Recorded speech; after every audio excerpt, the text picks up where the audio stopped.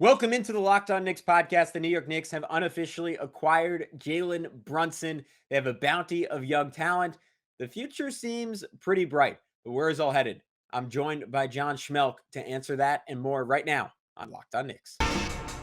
You are Locked On Knicks, your daily New York Knicks podcast, part of the Locked On Podcast Network, your team every day.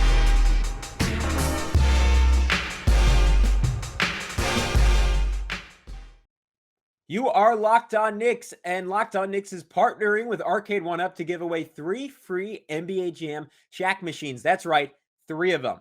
These are the guys known for making the incredible retro 3/4 scale at-home arcade games like Pac-Man, Golden Tee, and many more. Enter to win on arcade1up.com/lockedon. That's arcade1up.com/lockedon for your chance to win. And we are now available on all platforms, we being Locked On Knicks.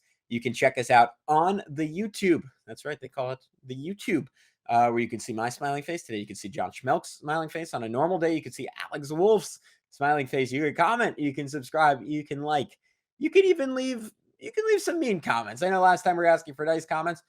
It really doesn't make a difference to me. As long as you comment, as long as you interact, I don't care. I get paid the same. Anyways, who am I? I'm Gavin Schall, a play-by-play broadcaster, and it's the offseason, so I'm all in on, you guessed it, the New York Knicks, and I'm about to be joined by John Schmeelk. John is the former host of WFAN's The Bank Shot Podcast. For my money, one of the best Knicks podcasts out there. I was sure to listen every week, and I missed getting John's take every week, so I said, hey, buddy, want to come on and talk some hoops? And boy, did he deliver an hour of conversation. We dropped 30 minutes yesterday. We're dropping 30 minutes right now on the future of the New York Knicks with John Schmeelk. Let's get into it on Locked On Knicks. I wanted to get into the front office because they have done, and I thought on the little post, ESPN's Kevin Pelton, he gave everyone always rips the national media when they're too harsh on the Knicks or try to turn the Knicks into a laughingstock for no reason. I want to give a shout out to someone covering them objectively, because I thought he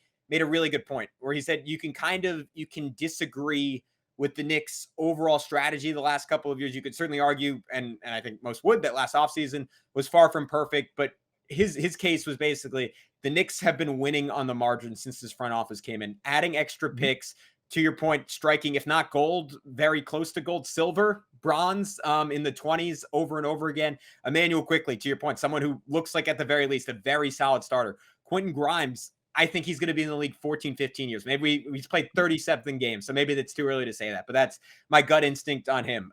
Even guys like Jericho Sims and Deuce McBride, I think could be very nice bench players for a long time. Obi Toppin, a pick that was derided, certainly by me, for a long time. I think looking better and better by the end of last season. We can go on and on and on with that, but I would say they've made more good moves than bad moves for sure. I personally didn't love the handling of this draft, and I've tried to juggle in my own mind, is that the human nature of you spend 2 months prepping on the draft, and then your team doesn't take a player, and you're a little bit like, what the hell? Like that sucks, just from a content perspective, and I'm sure, John, you felt the same way to some extent from a fan perspective, but where are you at on this front office overall? Because obviously there is a grander plan here, and there is patience, but there is always only so much patience in New York, seemingly. Look, I wasn't surprised once all those guys you mentioned earlier were off the board, and a guy like Shaedon Sharpe didn't drop. I've heard and read in many places that they really thought about getting out of the draft. And I know people like, oh, these picks with these protections, they don't have any value. It's nonsense, and it's stupid, because they do have value, because odds are that both the Wizards and the Pistons picks are going to eventually convey in the teens somewhere. As long as Bradley Beal is in Washington and they're doing all they can to try to get the 8th seed. Why? I don't know, but that seems to be what their ultimate goal is. So good for them. Go get them, Washington. And hopefully the next pick comes over this year from the Wizards. But, I thought they got good value for the pick. You could talk about trading all those twos to get off Kemba Walker's contract. And look, last season, I didn't love last offseason. I thought it was fine. I hated last offseason until we found out about all the team option years at the end of the contract. I remember the podcast you and I did, was just like 45 minutes of just like the world is ending, which is. Oh, yeah. And look, as it turned out, the contract still didn't end up being good. But to the front office credit, did it end up being a disaster? No. because they didn't have to move one super valuable asset or first round pick or a good player to move off of any of those contracts. It cost them 6 second round picks to get off of Noel, Burks, and Kemba Walker. And one of those second round picks is basically a fake second round pick, that one that they got from Miami, right? So it was really 5 second round picks. Is that ideal? Do you want to have to do that? Absolutely not. Were they ever going to make all those second round picks? Absolutely not. You acquire all those second round picks, to Kevin Pelton's point, in those little trades of winning on the margins so you can fix your prior mistake. And I think the Knicks front office was in a tough spot last offseason, right? You have the coach screaming at the front office, yo, I got the 4th seed. I got to get these guys back, right? And you got fans that, you're filling the guard and they're thrilled that they got the home court advantage in the first round of the playoffs. And it takes, and look, you can blame him for this if you want. It would have taken a lot of cojones to go in there and say, you know what, we just had the best season the franchise has had, depending on what you thought of that one Carmelo year, in like 20 years, and just break up the team without even trying to run it back and just blowing it up. That would have taken a lot of cojones to do something like that. Should Leon Rose in the end have done it? Yes. Can I blame him for not doing it? Not really. I mean, that would have been a really gutsy move.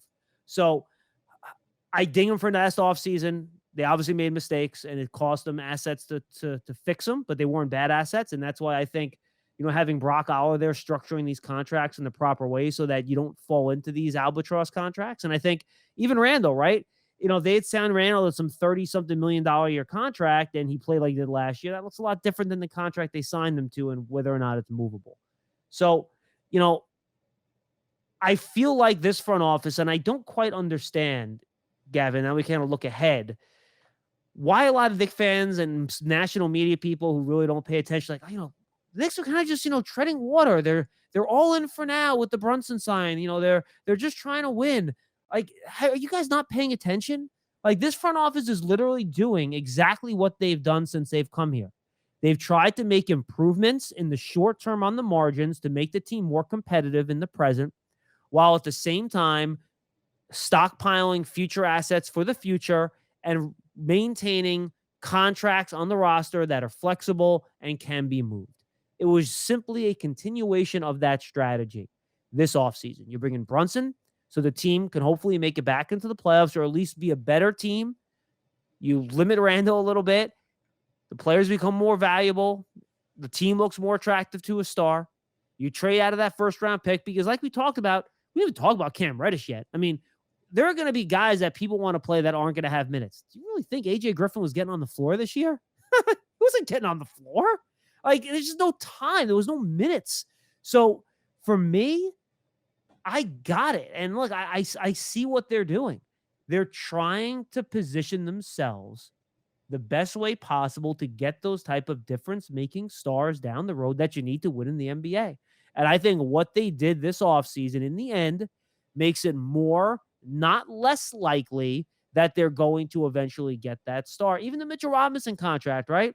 They're already over the cap when they signed him. So they just went over the cap to sign Robinson to his deal. So maybe that deal gets thrown into a future trade for a star. So not a big deal. So that's why I think I feel pretty good about it. I think the front office, contrary to what some of the public opinion is still being very patient. I think their moves on draft night were long plays, not short plays to sign Brunson. To me, it's almost two separate moves to me, right? Like, the trading out of the 13th pick was trading out of the 12th, 11th. What was it? Gavin, help me out. I have on like the 11th pick. 11th pick. Thank you. Trading out of the 11th pick was a completely different trade than the Kemba trade, right? I mean, theoretically, you could have traded those twos in the Kemba Walker trade and gotten out of that contract with, trading the Mavs pick instead of trading the Nuggets pick that ended up moving in that trade, right? Could have been the same deal, but they just traded a different pick. So to me, trading out of 11 was a long play. Clearing the cap space for Brunson was the short-term play to get the team better and make it more attractive. And those are the two paths that they're trying to work in parallel to make the team better in the short term, but set themselves up in the best way possible to get those difference-making stars down the road, whether it's in the draft, like I talked about before, with the trade up next year and a good draft year, or whenever that infamous double draft is eventually going to come, who knows? And then eventually, hopefully, whether it's Donovan Mitchell, whomever it is, wants out, the Knicks will have enough assets to complete a trade like that. All right, guys, we'll be back with John in just a sec to tell you why you should be more optimistic about the Knicks' future than you might think. But first, I got to say one big word. Boom shakalaka. We have big news. The one and only NBA Jam is back. Arcade 1-Up, the leader in at-home retro games, is not only bringing the best game ever back, but they've made it bigger than ever with, wait for it, a Shaq Edition machine. People are obsessed with NBA Jam, and I'm thrilled to tell our listeners that you can once again play hoops with NBA legends in this arcade classic. And one of the first sports games ever to feature real and digitized NBA licensed teams. There are no fouls, no free throws, and no quarters required. All you have to do is compete with friends and family through all new Wi-Fi leaderboards, making you more connected than ever.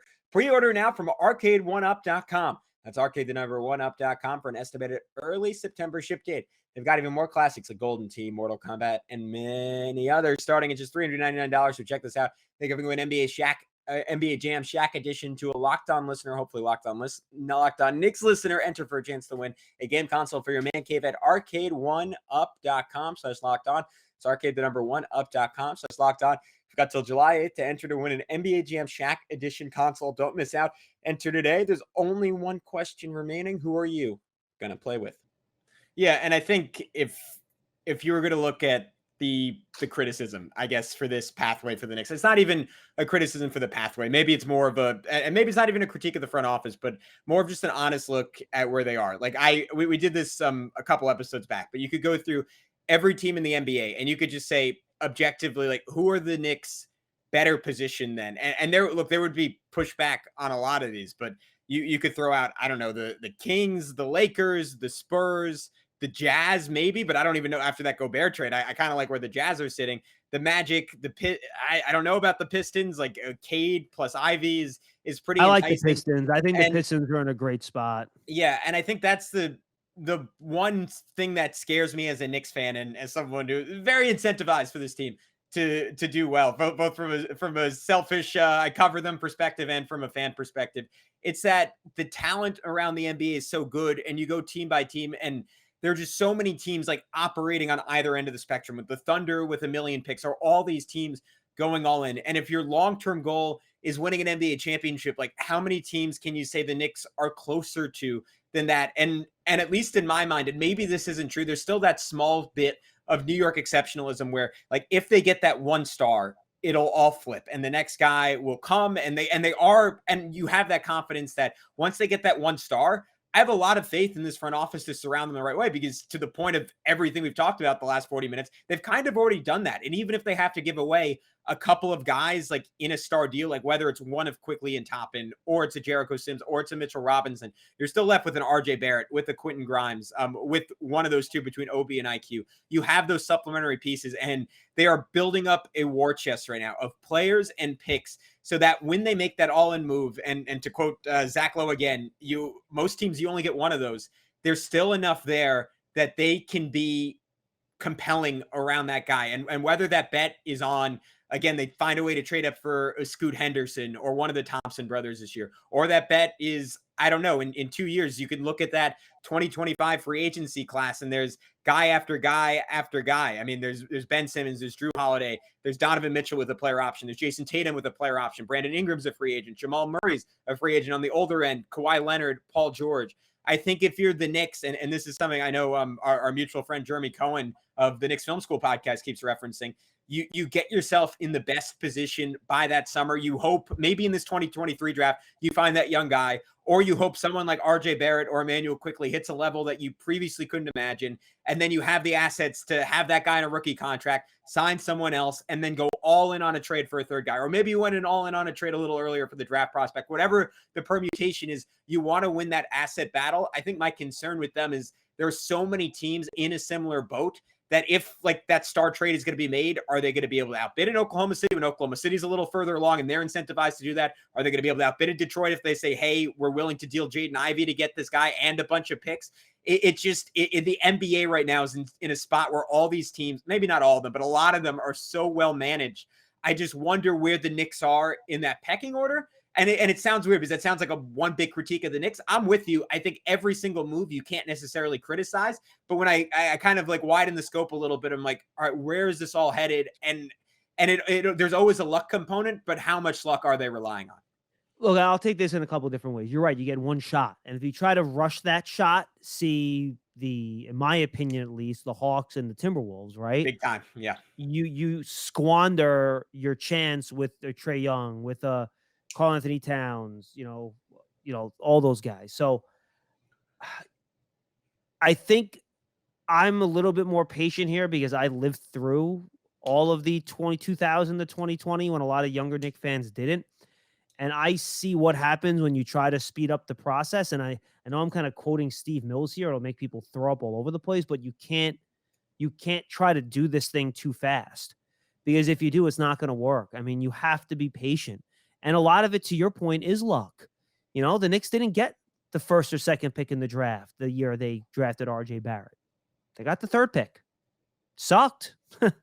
It sucked, but that's what happened. Like, how much of a different spot would the Knicks be right now if they had Zion or they had Ja Morant? We'd be having completely different conversations about what's next. And, they'd be one piece away, not two pieces away, right? We'd be having completely different conversations. That's luck, and you can't force these moves if they're not there. So you have to be patient. You have to, and look, I know some people will critique the Knicks that, oh, well, now they're in no man's land. They're going to win 38 or 39 games. Look, if you're winning 38 or 39 games, but you're doing it with a bunch of 24, 25-year-olds and guys on contracts that are movable, your record might be no man's land, but your team is in no man's land because you have room for internal improvement. You have stockpiled future assets to make more moves, and guys are tradable. So you might be in no man's land, but you're not stuck there. And that's why I was so happy they traded a guy like Burks, because if you go into this year and it's Rose, it's Burks, it's Randall, and you're playing vets and you win the 12th in the draft again, that's no man's land. But if you're playing the young guys and you're there organically, then to me, that's just your young guys playing well. And I think that's a good thing. And I don't know what the other solution is. A lot of fans are team tank, and so was I. The year to tank was 2 years ago. But Julius Randle decided to play like Charles Barkley, and Derrick Rose looked like he was 24 years old for half a year, and they got the 4 seed. That was the year to tank. They couldn't tank last year unless they literally forced healthy young players to sit out. I got a couple guys on Twitter coming on and saying, oh, yeah, bench the vets last year. You get like the 5th pick in the draft, and you get Ivy, you don't have to trade up. In what world were the Knicks getting the 5th pick in the draft last year? They would never finish with fewer than Indiana's 25 wins, or Detroit's 23, or Houston's 20, or Oklahoma City's 24, or Orlando's 22, or Portland's 27. You could have benched Randall and Burks the whole year. They were still finishing with more wins than all of those teams. The young guys on the team right now are just too good. So tanking is not really an option here at this point. So this is the only possible path forward, unless, and by the way, this is never going to happen, no front office in their third year is going to say, all right, let's trade away quickly Barrett, Toppin, get a bunch of draft picks, and we'll restart our rebuild now and try to tank for 3 years. You think any of those guys are going to have jobs in 2 seasons if they did that? No way. So I don't see another realistic option moving forward other than what the Knicks are doing. And you hope that these other teams that have all these assets, to your point, are not in markets that stars want to go to. Because look, you don't think the Nets would have had Durant out of here already if Durant didn't have specific teams he wanted to go to and didn't want to go to? That stuff matters. So the New York aspect of this matters. If it wasn't New York, yeah, you would probably have to go and trade all these guys for draft picks like the Thunder did and really do it in a small market way. But that's not what the Knicks are, and that's not what this front office is going to do in their, third full season, fourth off season, right? And figuring out from there. So I don't see what the other option is other than what they're doing that's realistic, because at this point you can't tank. The young guys are, unless you're sitting down like RJ and quickly like they did Shea down in Oklahoma City, but you're not doing that when you're selling out the Garden every night. Like it's just not a feasible thing for this front office to do at this point. And to your point, to the health the overall organizational health of this team. Mitchell Robinson this weekend, we neglected to mention this first Knicks player drafted in 30 seasons to take a non-qualifying offer extension with the team. Breaking the Charlie Ward curse, not breaking the Charlie Ward curse, I don't care that much. That's pretty amazing. RJ Barrett presumably will be the official breaking of that curse later this offseason or sometime early next season. This team, in how they're building, it's the healthiest way they've done things this millennia, which is a very big deal. And to your point, you can debate the ceiling and you can accept that luck is an element in that. You could have you could have your Sam Presti's, your Masai Ujiri's. Luck is still going to be an element.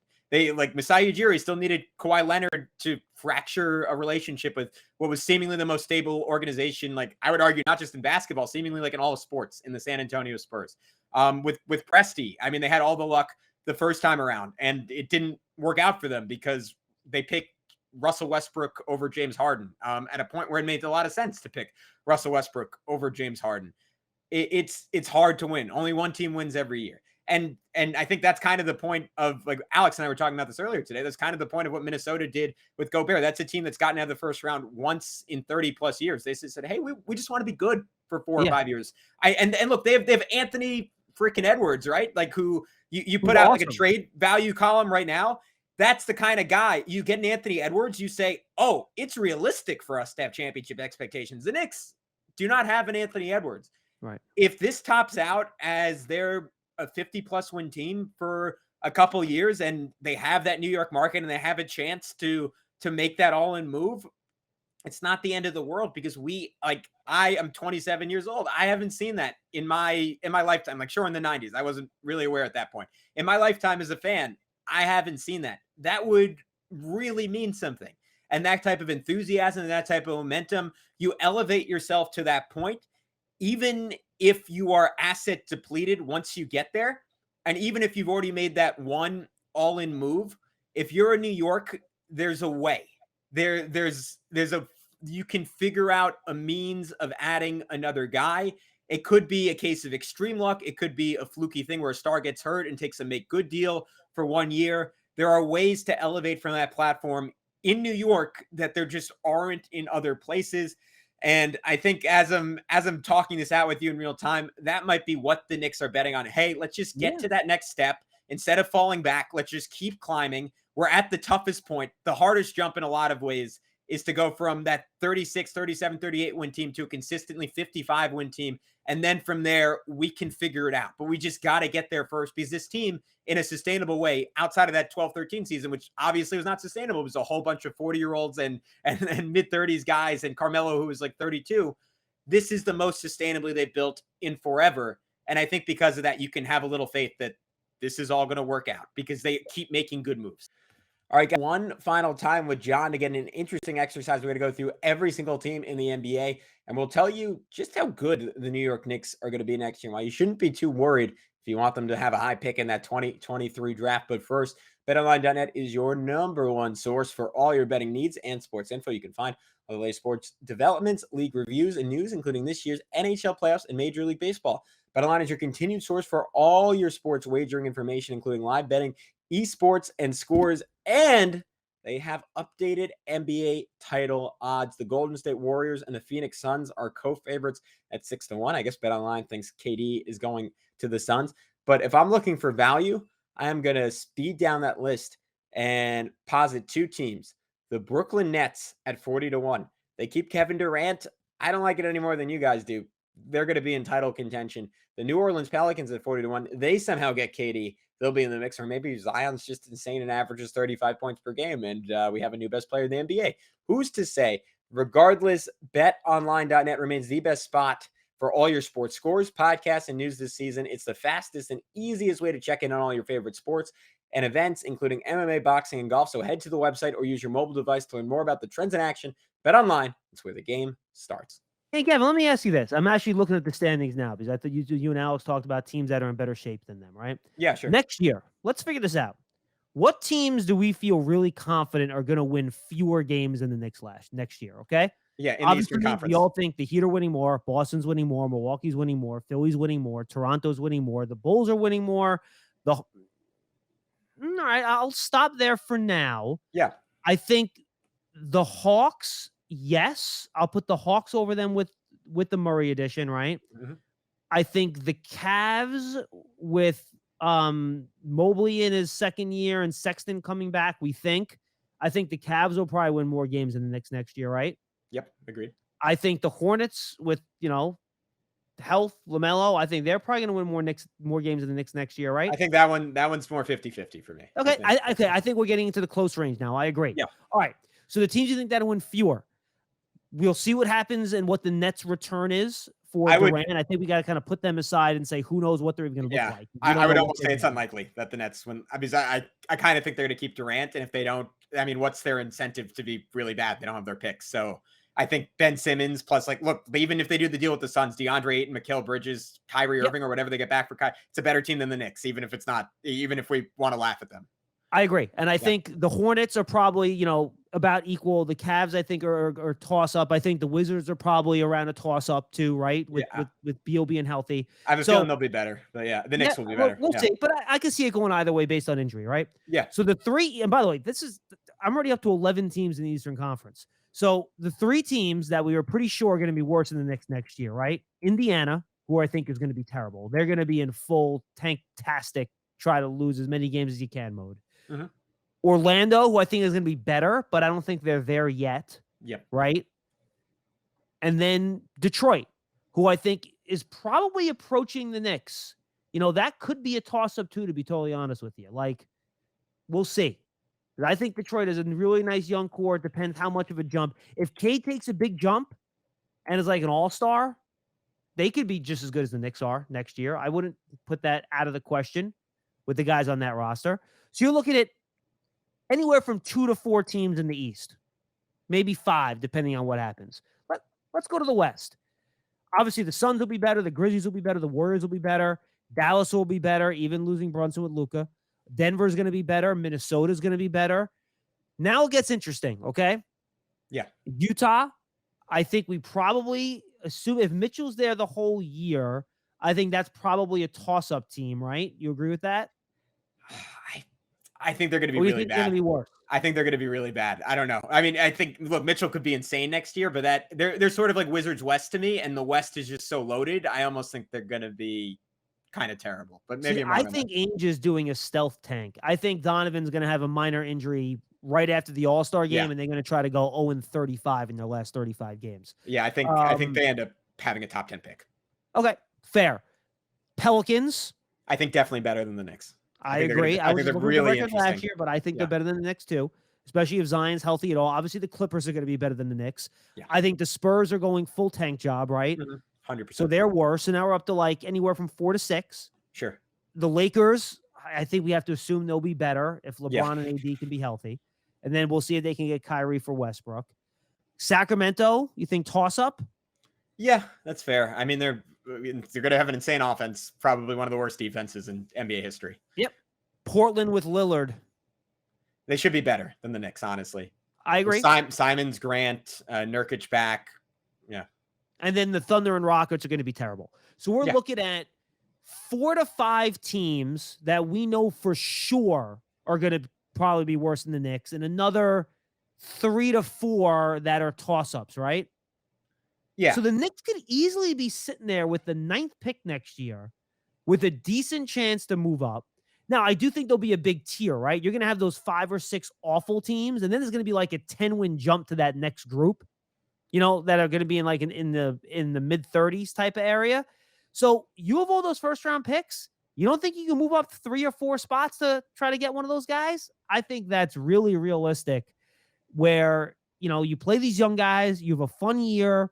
Even if you finish out of the play-in, you finish with, maybe you finish with the exact same wins as last year, right? You finish with 37 wins, but it's more fun of a team to watch because you're playing more young guys. You end up picking 9th instead of 11th. Maybe you move up in the lottery and you get lucky, or you can trade up because you have all these extra picks. So I don't think it's a terrible place to be as long as Tom Thibodeau doesn't decide to make this the Julius Randle show again and the Derrick Rose show again and drives fans absolutely nuts along the way. I really think they're in a decent spot, to be honest with you.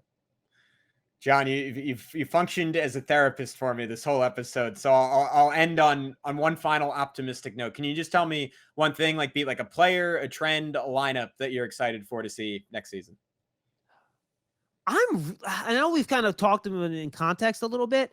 I'm really excited about Jalen Brunson. Like, I think his ability to run a team and understanding what it means to run a winning team, going back to even his time at Villanova, where they basically ran an NBA pro style system and he was a point guard. He managed egos, he managed shots. He's an old school guy. I think a guy like RJ can learn from his footwork and craft around the basket, where RJ is more like a bull while Brunson's more like a craftsman. If RJ can pick up on some of that stuff, I think that could help him become a much more efficient player immensely. I can't wait to see that. And I think having a guy that's able to be a pace setter, run the show, and just be a quality point guard will help everything look better. And look, we just went through all the teams, and I think we kind of did a good job hitting everybody. The record might not be better, but the talent's going to be better. The quality of play is going to be better. The team's going to be better because Brunson is here. And if we start the year, and this is the Randall show again, Tom Thibodeau is going to be out in his faster than anybody would believe. I believe that. And they will bring somebody else in, whether it's Johnny Bryan or somebody else, and they will not let Julius Randle be this team. And they will move his rear end out of here in a trade, and they'll move on. Maybe I'm naive, and Lord knows people that listen to me doing my stuff, I'm not Mr. Captain Optimistic here. But the way the Knicks front office is operated, I think they've admitted that this was a mistake, and the way they went around things last offseason was a mistake. They just haven't been able to fix all those mistakes yet in one offseason. But I think if they see this stuff continuing, they're not going to be afraid to fix those mistakes. And I think you have a chance to move up in the draft next year. And I just think Jalen Brunson's going to make a lot of things better. I think you're going to reduce RJ's usage, which I think will make him a better player. I think the team last year, frankly, the last 2 years, have asked RJ to do much more than he's prepared for. And I think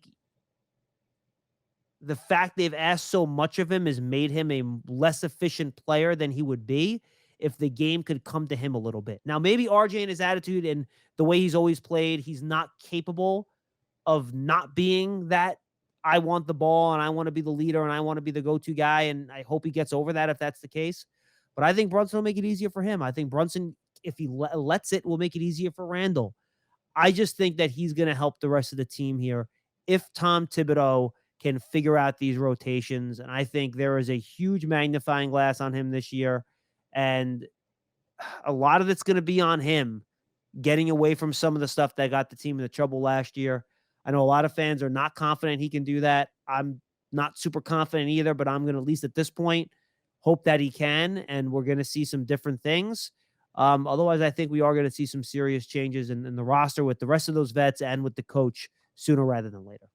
Yeah, I'm 100% with you. I think the degree of difficulty for Jalen Brunson is going to be a lot harder than it was in Dallas, and there's going to be some growing pains in terms from a guy who was hyper efficient there, and as we outlined in this episode, playing a little bit more of a cramped style. I think he's going to make magic happen if he gets to play with the Knicks bench unit. I think that it could be like the most fun Knicks basketball we've had in a very long time. Well, I think he'll be more of a passer than a shooter too, Gavin. I think because of that crowdedness and the lack of space, I think he'll have to be more of a passer, and I think that's okay.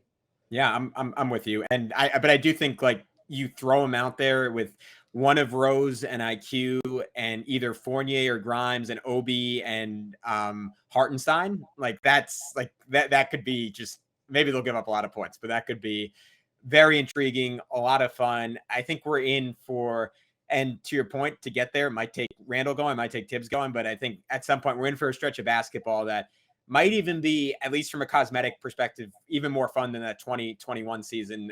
It's going to be good. They might not win a ton of games, but I, like you, have a lot of optimism because I just think there's a lot of talent there and a lot of guys with both on and off the court, the right instincts, who play the right way, who are really good. Well, John, I'll add this too. Go ahead. Yeah. Sorry for interrupting. No. And I said this, and I said this about the Giants too. So I'll say this about the Knicks. Please. Yeah. I said this on a Giants podcast back in, gosh, what was it, like May, before I went on my paternity leave, and fans killed me for it. But I want to say it again because I don't care. They killed you for going on paternity leave? No, not that. I don't care how many games the Giants win this year, right? I don't think it's relevant. I think they need to figure out the quarterback situation and figure out young players and figure out vets who's going to be back. I don't care how many games they win. You can even make the argument that they win fewer games, it's better, because if the quarterback doesn't work out, you have a better chance of finding a quarterback, right? Yeah. So I do not care how many games the Giants win this year. I do not care how many games the Knicks win this year. I got to be honest. I don't care. They're not going to be a team that challenges to win a playoff round. I mean, if that happens, great. But anyone fan that's expecting that is out of their damn minds. You want to see them build up the value of the young assets. You want to see the young players play well. You want to see them figure out a way to either get off of Randall or rehabilitate Randall. It's about growth and progress here. And if it sets yourself up to get a star down the road, even better. And by the way, improving young players is going to do just that. So this is about continuing to build and continuing to get better. I know there's some media and fans that, it's like year 3 of this front office. Something's got to happen. No, guys, this is always like a 5 or 6 year process. Like, this is not going to happen overnight unless you fall ass backwards into like the first pick in the draft in the lottery. And that doesn't happen to the Knicks because, well, they're the Knicks and we don't get good things. So you're going to have to be patient. And this year, you're not going to win 40 games probably, and that's okay. If you're in the mid-30s, but it's fun, and the young guys all get better, and they improve their value, and you're in a good spot in the draft, and a strong draft, that's fine. That's probably what it's going to be. Embrace it and enjoy the ride. Don't get so obsessed with the results, and that's where I'll leave it. John Schmeelk, I got to say, man, last hour, a pleasure. I miss hearing you talk about the Knicks every week, but thank you for taking some time to do it on this podcast. Before I let you go, can you tell everyone one final time where they can find all of your great work on the Giants? Yeah, absolutely. Well, first, find me on Twitter. You got my Twitter handle right out there for the people watching this on video. If you're on audio, at Schmeelk, SCHMEELK. Check it out. And then Giants.com, the Giants mobile app, Giants.com/podcast. We have our daily show every day at noon. It's a grind. You guys know it over at Locked On Knicks, doing a show every day. Big Blue Kickoff live. Every afternoon, we take calls live. And then, of course, we have the Giants Huddle podcast, which is kind of our interview podcast 2 or 3 times a week. And we have a bunch of other offerings as well. We're going to come back with our draft season podcast, where we kind of get ready for the draft and track college football once or twice a month through the season. Then we'll pick up once or twice a week once the draft process starts. So make sure you guys go check all that out in the Giants mobile app. Again, Giants.com/podcast, or just search for those shows, Big Blue Kickoff Live and Giants Huddle, on your favorite podcast platforms. All right. Big shouts again, John. And thank you, everyone, for tuning in. We will be back later in the week with some coverage of Knicks Summer League. But until then, I'm Gavin Schall. We'll talk to you soon on Locked On Knicks. Peace out.